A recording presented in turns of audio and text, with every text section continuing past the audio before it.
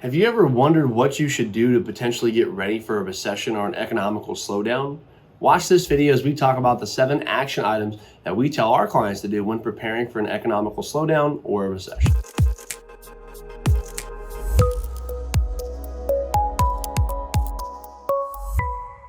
Hi everyone, it's Logan Sadler. Thank you for stopping by the Financial Beat YouTube channel. As always, here with you for another video on some financial education. Today's video is very interesting. We don't talk about this stuff that often, so we're going to change it up for you a little bit. And if you haven't, go ahead and check out some of our other videos, as well as click subscribe so you get some updates on our next videos that we do each week. So let's start with the 7 action items. We're going to start with number 1. Don't be afraid of a bear market. Right? We all know the markets go up, markets go down. We all know that it's typically when you're investing in those situations, you should be investing for the long haul. You don't want to get caught in a scenario where we're trying to get in and out of the market, or where we're really fearful of what's going to happen tomorrow. We should be very diversified. We should already know our risk tolerance and make sure you're aware of a lot of those a lot of those things you should do before those recessionary timeframes. So if a bear market does happen, if you haven't, we have other videos on risk and how to diversify yourself. We also have some videos that talk about how often recessions and down markets happen. So you really should be checking out a lot of that information to better prepare yourself for those economical slowdowns. And don't be afraid of the bear market. They are common, they happen, but it's very important that you're situated properly for when that happens. Number 2, don't get caught trying to time the market. So many clients try to go to cash, get out of the market, get in the market. Who knows what the heck the market's going to do tomorrow, let alone a year from now or 2 years from now, right? You can't time it around political elections. You can't time it around market events or world events. We have no idea when those things happen. So you don't want to get caught trying to get into the market or trying to get out of the market. Studies show time and time again, it is one of the most inefficient ways to invest in pretty much any market segment because it's so hard to really justify when to be right twice. Many people don't realize you do have to be right twice. That means you have to be right when to get out of the market and when to get in the market. And most of the time, us as human beings, we can't calculate that because it's based off something we just don't know what's going to go on tomorrow. So don't get caught too much trying to time the market, get in and get out. Make sure you're investing for the long run and make sure you're in the right risk comfortability for your situation. Number 3, what we want to recommend there is you want to make sure you're paying down or getting rid of as much as you can high interest debt. A lot of us might have student loans, credit cards, high interest card payments. We've seen a lot of these different different bills out there that tend to add up and have a pretty high interest rate. You want to make sure you're paying those down and getting rid of those as fast as possible, especially if we are heading into a slowdown period in the economy. You want to make sure you're well prepared for that. So getting rid of high interest debt can be a great thing to do when heading into a recession, possibly. Number 4 is keep contributing. Those of us have retirement accounts, 401ks, 403bs, 457s, IRAs, Roth IRAs, all of those.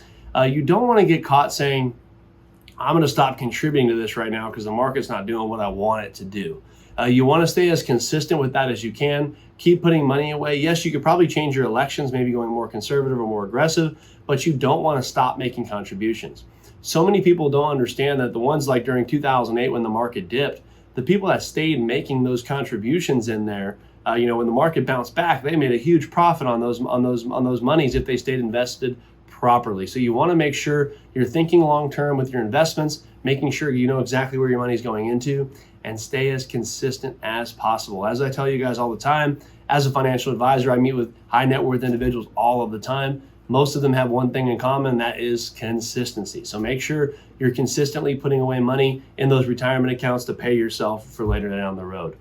Number 5, reasons you really want to make sure you're tightening that budget. You want to make sure that your budget's as tight as possible to where you know what money's coming in, what money's going out. I always recommend make it fun, right? No one likes to be boring and hot and be all stressed out when you're doing a budget. Make it fun. You and your wife or you and your husband sit down once a quarter, once every 6 months, look at the budget and make sure you're not spending money in these other areas that you probably can cut back on.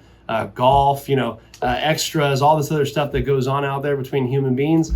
You want to make sure that you're being as tight with the budget as you can and at least know where every dollar is going for, where it's accounted for, as well as what you need to cut if you had to cut. Netflix, Hulu, all those other things we all have out there. Make sure you know where every dollar is going and keep a very tight budget. I recommend that pretty much all the time, but it's also important during volatile times. Number 6 is you really want to make sure you're saving cash. We're big believers in having cash on hand. An emergency fund, you probably have heard me talk about this before in our radio show. I talk about it all the time. You want to make sure you're putting money away into cash. We're big believers in having at least 6 months of all bills and expenses covered in that emergency fund, because if something happens to you, pay your rent, your mortgage, your car payments, your health insurance, all of that stuff, to make sure you can still live your life to keep what you have. At least 6 months is kind of the minimum I recommend. I have some business owners out there where they have a higher overhead. They're in a more of a volatile industry that's more affected by recessions. So they might want to keep more like a year, right? Or more like 8 months cash reserve, depending on the situation. But it's never a bad idea to start stockpiling cash, especially if we're slowing down and you're worried that your job definitely could be affected by that. You want to be more aware. Number 7. All right, number 7 is something I always recommend if you've listened to this YouTube channel before, but number 7 is make sure your assets are diversified. We're huge believers in making sure that you have assets that you're comfortable with and that you're diversified. I see client statements and investment catalogs all the time, and it's very interesting where a lot of them are tracking all of the same indexes with the same stocks in them or the same mutual funds in them. You want to make sure that your assets are diversified, right? You want to make sure you potentially have real estate holdings, or you have small cap stock, large cap stocks, international, US, structured notes, annuities, all these different things that can bring diversification to the table. You want to make sure you're looking at those. It's more and more important, especially as you're in retirement or going into retirement soon. It's very important that we're staying diversified, spreading out that risk to make sure that we're going to be in the right spot for where we're at, that situation. Don't get caught being all in on one asset and being a little too risky at the wrong time. So staying diversified is probably one of the most important things, and understanding your risk level with the diversification is important. Okay, those are the 7 action items that we recommend taking a look at when you're getting ready for a recession or possibly in a recession. Those are the 7 things that you could always fall back on. There's some others we'll touch on in some other videos, but those are the core 7 that we recommend. I hope that was insightful to you. Probably brought up some information you hadn't thought about, and really, like to bring it here on the YouTube channel each week with some of those educational videos. And guess what? We look forward to seeing you back next week. We'll see you next week here on the Financial Beat YouTube channel. Thanks.